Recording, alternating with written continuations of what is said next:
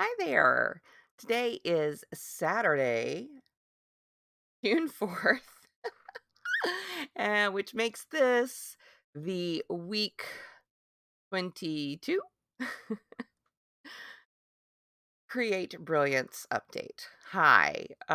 Sorry, I am a little jet lagged, or to put it in dad joke form, I just flew in from Phoenix and boy, are my arms tired. Anyway.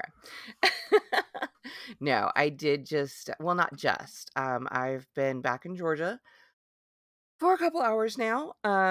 We had a little bit of an adventure, and I mean the royal we and anyone trying to fly through Miami, um, because of the fact that, it's June 4th. That means hurricane season started 4 days ago. And on the 3rd of June, um, yeah, we already had a tropical something brewing out there. Actually, it was thanks to the Pacific storm season sent Agatha, through Central America, Mexico, Central America, and it came out on the other side into the Gulf. And then we had, I don't know, did it officially become Alex? I don't know. It's like the reports were a little bit jumbled. But yeah, I was due to fly out Friday night from Phoenix on a red eye into Miami, getting there about 7 in the morning, 7 something in the morning on Saturday, and then be back at Tallahassee's airport around 10 o'clock. Yeah. I figured that wasn't going to happen when Thursday night when I checked in, there was a travel advisory, and I'm like, okay, well, it wasn't giving me a lot of options. So I was like, all right, well, I'll just look at things in the morning. I mean, I did some cursory checking, and yes, there was tropical something was brewing. Well, on Friday, the forecast models were saying that, it was a tropical depression, tropical storm, maybe. They NOAA, I think, or yeah, I think was calling it tropical cyclone. Anyway, but again, the reports were a little bit mixed. But one way or the other, there was going to be some heavy, heavy weather centered on Miami by the 8 a.m. mark. And I'm like, yeah, no, that's not going to work. So trying to be proactive, whoops, and get ahead of whatever chaos this was going to bring, I called the airline because there were no options for me in the app. So I called the airline on Friday morning, and I was offered a call back because the current hold time was somewhere between 1 hour 50 minutes and 2 hour 30 minutes. So yeah, about 2 hours later, I got a call back, talked to a representative, and the best she could do, the only thing that wasn't scheduled to go through Miami to get me from Phoenix to Tallahassee was a flight that it was a Saturday night red eye into Reagan, which is Washington D.C., and then a like 12-hour layover basically. And I'm like, "Wow, I don't know about that." Part of me by the end of the night, I was almost wishing that I'd made that arrangement just so that I would not have proceeded to freak out 3 times on Friday, worried about this potential trip because I'm like, on the one hand, logically, rationally, sanely, I knew that, an airline wasn't going to risk its plane, its pilot, all the passengers by flying into dicey weather. But at the same time, I was a little concerned because, you know, the unknown was part of it. Um, and and just the possibility of getting on that flight, whether they pushed it for an hour or two or, did something, whatever they decided to do, um, I was really afraid that it was going to be one of those things where, you get on the plane and, yeah. So, huh. Yeah, I just had all sorts of visions of very bad things, and, so yeah, I had a few panic attacks or anxiety attacks, um, technically, I think is what they would fall under. At any rate, I was a little bit of a basket case on Friday, off and on, and but ultimately I decided that, okay, I'm gonna go to the airport and, you know, if something is gonna, if the plane can't fly, then, maybe they'll be able to route around, we'll figure something out. But I'd be in a better position to get that information at the airport. Now, would it have been nice if they would have canceled the flight before we drove to the airport, before I stood in line, before I used the self, the DIY kiosk to print my baggage tag, for my one checked bag and paid for said baggage fee, um, and gotten in line to drop off the bag? Yeah, that would have been really nice had they canceled the flight before that. But that's not how it happened, and I will say I will say that once they made the announcement that that Miami flight, and there were 2 flights going into Miami that night, and, both of them ended up canceled, like, one after the other. Yeah. When they canceled my flight, I instantly felt better. This is not the normal reaction, I know that. But for me, it was like, "Phew, okay, I don't have to worry about this now. Next step is," because we know the next step, we get we get in another line to work with a representative to find another way to get home.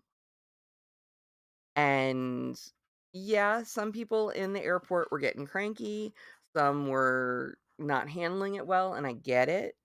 There was a couple in front of me that they were trying to get down to Miami because they were getting on a cruise ship in Fort Lauderdale. And when they mentioned that, I'm like, well, if there's a tropical something going on, in the path it was predicting, that cruise might have been delayed, or canceled, depending on the scenario. Um, so I was like, yeah, you might be getting an email about that. And then, the guy in line behind me was trying to get to Miami because he had a thing at 11 o'clock that next morning, Saturday morning. And there was nothing flying into Miami because it was dangerous or was potentially dangerous. I honestly stopped looking at the weather, so I don't know what really happened or not. Um, but the last I did see, they were talking about maybe 9 or 10 inches of rain, not to mention, all the other stuff. I was like, yeah, yeah, maybe that like whole section, that whole bottom chunk of Florida was maybe not the place to be trying to fly into or out of. Um, so yeah, well, it took another hour and a half to get to the front of the line and get rerouted, but they managed to get me on a flight from Dallas to Tallahassee.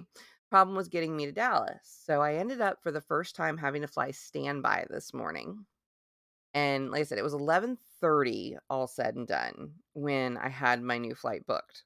Sort of kind of in a roundabout way because standby isn't officially booked, until you get your until you get your seat assignment at the gate, right then, yeah. So it was like for a 5 a.m. flight, yes, that was the flight I was trying to catch. I would have to be back at the airport at 3 o'clock, but I couldn't check my bag until at least 3 o'clock, and I couldn't go through security. I couldn't get to my gate or anything like that. So it was like, okay, do I go back to my partner's apartment for like 2 hours, or do I stay at the airport? And ultimately, we opted for him to come pick me up. Yeah, we I don't think I slept. I think I dozed off and on, but brain was churning. I think he maybe got an hour of sleep, but he can usually fall asleep at the drop of a hat. So I was grateful that he got some sleep and hopefully he was able to get back to sleep after dropping me off. But I appreciated the opportunity to, like, change clothes, sleep in a bed, well, rest in a bed, as opposed to trying to find, a comfy place to sit for a few hours.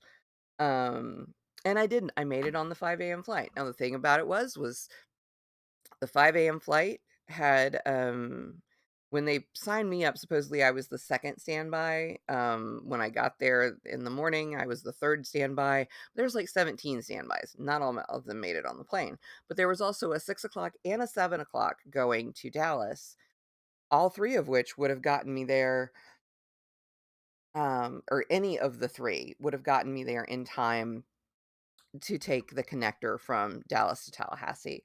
But I was fortunate enough to get on the first flight at 5 a.m. and get gone. And I ended up dozing off and on both flights.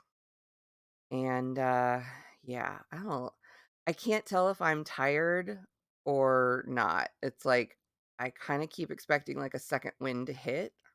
I have things I need to do now that I'm back home and, getting back into my normal schedule. But at the same time, I was like, should I just collapse and go to sleep? But I don't think I could right now. Who knows? Yeah, the next week is probably gonna be a little, I usually don't have a problem going, from Eastern time zone to, Mountain or Pacific, depending on what time of year and where Arizona is, because, they don't observe daylight savings time in general. There are certain sections like the reservations that do because of them being federal land, but anyway, or something like that. Um, but coming back, like, gaining the 3 hours, cool. Kinda almost puts me, like, at normal, for most people. Losing those 3 hours when I come back home, yeah, that's gonna be fun. That's gonna be fun, but it's okay. It's okay. It's okay. But in the past, let's see, last week when we talked, I had a goal to finish the first draft of book 4, and I did it by the time I got on the plane, and I did. I'm still kind of untangling or following some breadcrumbs that I left for myself of things that I needed to determine, and that's fine. That I knew was gonna happen. I had rather than stop and research in the midst of writing, you just write, you leave yourself a note, and you keep going. Um, one of those ended up reading most of a master's thesis on the one-room schoolhouse in the Appalachians between 1863 and 1940s in West Virginia. And I actually got some really good information from it that will help me refine my story that much better. It's little pieces, but those little pieces, they say the devil is in the details. Well, these were some details that I am glad to have now, rather whether it's uncovered or discovered or confirmed or corrected in my brain. um it was a good thing, and so, I'll keep honing. That's the whole point of that. But yeah, I did finish the first draft, so yay. Something else I managed to do is and I can't remember if this the last update reflected this or not, but yeah, so my current travel knitting project, I think I showed part of this. Anyway, it starts with like this patterned section, or this like textured section here. It goes to the mosaic stitching. I finished the mosaic stitching, yay. And then I started before I left, I did start on the lace section. All right, let's see if I can get without dropping any stitches. Haha. Always the challenge. Um, yeah, so I started on the lace section, and I think it kind of looks like houses, like these look like the little peaks of houses or something. Um, but yeah, so I got that done, or not done, but I got it started. I think I'm on like row 25 of, I don't know, 90 some odd. So far, knock on wood, the lace does not seem to be too ornery, and while they are 10 stitch repeats for the lace, each line, each row has a 10 stitch repeat. Um, that repeats however many times. Again, using all these little colored um, stitch markers is saving my bacon because that way I'm not like struggling to figure out how many repeats I've done or losing count or something. I can just pop them where I need them, and then wh- basically what I've been doing is when I get past wherever the previous line took me, because these again are short rows, so they go part of the way and then you go part of the way and then you come back. Um that's my cue. It's like, all right, when I finish this repeat, let me check and see how many I have. And it's working. It's working quite well. Um so yeah, I worked on that some at my partner's apartment, and I even got a few rows knitted um during the layover in Dallas. I thought I was going to knit on the second flight today. Not a chance. I slept. Well, I dozed off and on, but somewhere in there, I got some version of sleep. But now I'm back home, and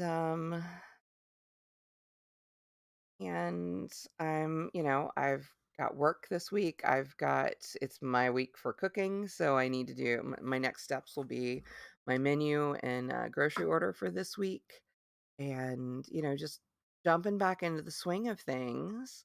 I'll continue to work on book 4, cleaning up all those breadcrumbs, sussing out all those details. I will be working on I started a lot of drawings while I was in Arizona.